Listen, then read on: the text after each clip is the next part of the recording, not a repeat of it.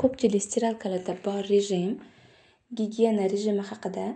Bu rejim 60 gradus temperaturada yuvadi. Quritishini bo'lsa, o'zingizlar tanlaysizlar. Xohlasanglar nam qilib yoki quruq qilib olsanglar bo'ladi kiyimlarni. Bu rejim boshqa rejimlarga qaraganda uzoqroq vaqt yuvadi va har xil virus, bakteriyalarni o'ldirib beradigan rejim hisoblanadi.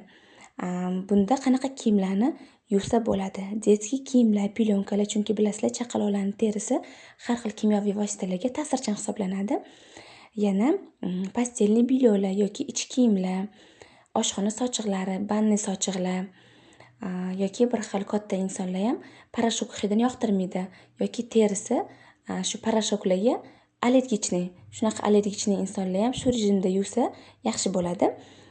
Yoki har xil kasalliklarni boshdan o'tkazgandan keyin, masalan, qattiq shamollagandan keyin o'sha shamollash vaqtida kiygan kiyimlari, pastelli belyonlarini mana shu rejimda yuvsa, hamma virus, bakteriyalarni yaxshilab o'ldirib, toza qilib yuvib beradi.